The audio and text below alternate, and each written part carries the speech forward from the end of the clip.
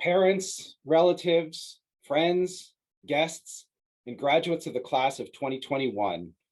It's my pleasure to welcome you to the commencement ceremony for the program in International Relations. I'm Ken Schultz, and I am Professor of Political Science and Faculty Director of the International Relations Program. As such, I am here to represent all the faculty, instructors, and staff who have contributed to teaching and advising the class of 2021. Since International Relations is an interdepartmental program, those people span a number of schools and departments, including political science, history, economics, sociology, education, earth systems, and many more. We also owe a great deal to countless foreign language instructors, as well as faculty at overseas campuses. These links across disciplines and around the world are what gives the International Relations program its vitality and diversity. Now, I wish very much that we could be meeting in person today to celebrate this event. It's always great to see the graduates all decked out in their gowns and hats, and to meet the family and friends who supported them along the way. But even though we're not here together in person, I'm glad that we can be together virtually for this meaningful occasion. So welcome. So to the class of 2021, I know many, if not most of you, had to take a class from me at some point in the last 4 years. I hope I can prevail on you and your guests to listen to me for just a few minutes more so that I can offer some reflections on your graduation. One of the things that makes the International Relations program special is the requirement that our majors spend at least 1 quarter studying abroad. We believe that a crucial aspect of an international education is to spend some time living beyond our borders and experiencing life in another country. Now, one of the many unfortunate losses of the pandemic has been a pause in our ability to do this core feature of our program, and we look forward to the resumption of overseas studies in the near future. Now, what the students know, but their relatives and friends may not know, is that the overseas program is not just for students, but it's for faculty as well. Every quarter, one Stanford faculty member is sent abroad to each of our overseas centers. So a number of years back, I decided that I should go check out the overseas experience. It made sense for me to go abroad because it was important for me as the director of the IR program to see what it was that we were requiring of our majors.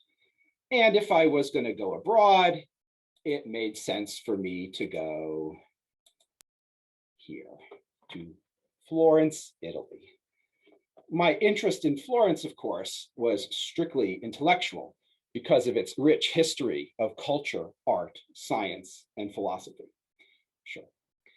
I'd like to share with you 2 things that I saw in Florence, which really made an impression on me and which are relevant to us today. So the first came during a class on art history that I audited alongside the students. Now, many people know the great Cathedral of Florence, the Duomo, but what not everyone realizes is that underneath the enormous cathedral are the remains of a much older church that was at this site, the Church of Santa Reparata. Now, one of the most exciting finds there is a beautiful mosaic floor that dates to the late Roman period, the 4th or 5th century. And the highlight of those mosaics is this peacock, which has recently been restored to its grandeur. And you really see here the fine craftsmanship and attention to detail of this period. Now, a few centuries later, after a period of warfare associated with the crumbling of the Roman Empire, the church was rebuilt and a new floor was put on top of the old one. This slide here shows you the juxtaposition of the old on the right and the new on the left. The newer floor, as you can see, is artistically cruder, made of kind of crudely cut marble that forms a stark contrast to the precisely cut stones in the mosaics. So why would this happen? Now, I'm not an art historian, and we have very little evidence about what people in the 8th century were thinking when they covered up this old floor. Maybe they thought the old mosaic style was outdated and they wanted something different. Many homeowners have had the experience of ripping up an ugly old carpet only to find a beautiful hardwood floor underneath. But I can't help but see something else in this juxtaposition, that the skill and commitment to making the complex and detailed art form were lost. We know that in the disorder and conflict that accompanied the collapse of the Roman Empire, a great deal of knowledge and skill wasn't preserved in the West. We tend to have great faith in human progress and in the forward march of knowledge. Each iPhone model will be better than the last one, right? With a fancier camera and a better screen. But here, literally written in the stones, you could see a step backwards. It's a striking demonstration that knowledge, if not cherished and actively protected, can be lost. But here at Stanford, nestled as we are in Silicon Valley, we have great optimism in science and engineering to solve problems and to propel us toward better and fuller lives. But we social scientists, we understand that such progress often rests on social and political conditions that foster it. Political stability, strong social ties, openness to new and diverse ideas. That's why the lesson of these stone floors is a sobering one to me. They warn us that at a time of political discord at home and threats from abroad, it's all too easy for a society to step backwards, to retreat behind comfortable dogmas and ideologies, and in doing so, discard knowledge that no longer seems necessary or useful. In our current climate of polarization in this country, we see the easy proliferation of disinformation that erodes a shared perception of truth, undermines trust in science and expertise, causes people to close their eyes and ears to new ideas. Now, my second observation from Florence is more hopeful, and it comes from a gallery of statues in the courtyard of the Uffizi Museum, the museum which houses an incredible collection of Italian art. And here in this courtyard, commemorated in marble, stand many of the great figures who were connected to Florence and made it a center of art and science during the Renaissance. So you see people like Michelangelo, Da Vinci, Machiavelli, Galileo, and others. And as you walk past these statues, you can't help but marvel at what happened here in the 15th and 16th centuries.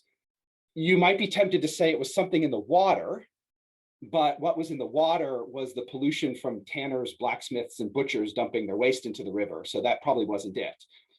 As I thought about it, I realized that what connected all these great people was their obstinate desire to see the world as it is, and not just how they wanted it to be, or how prevailing dogma told them it should be. So the great artists of the Renaissance, they observe that objects appear to diminish in size as they get farther away. And they revolutionized art by incorporating perspective into their paintings and frescoes.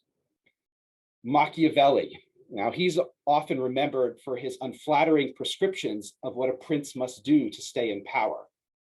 But he was describing politics as he saw it, not as he wanted it to be. And in doing so, he became one of the founders of my own discipline, political science. Amerigo Vespucci, he pored over maps of the world and determined, based on careful observation, that the land that Columbus had stumbled upon was not Asia, but a previously unknown continent that now bears his name. And perhaps most important of all, Galileo. Galileo made meticulous observations of Jupiter's moons and the spots on the sun, and by insisting on the meaning of what he saw, he overturned our understanding of the universe and humanity's place within it. So the marble statues of the Uffizi show us people who changed the world by insisting on seeing it clearly and by elevating observation over dogma. Of course, they had their own blind spots and prejudices. Amerigo Vespucci's name sits on a continent that was unknown to Europeans, but certainly not to the flourishing civilizations that already lived there. And there are no women commemorated in these statues, because even in what was then a comparatively open-minded culture, they saw a diminished role for half of its population. Progress is a process, not a final destination.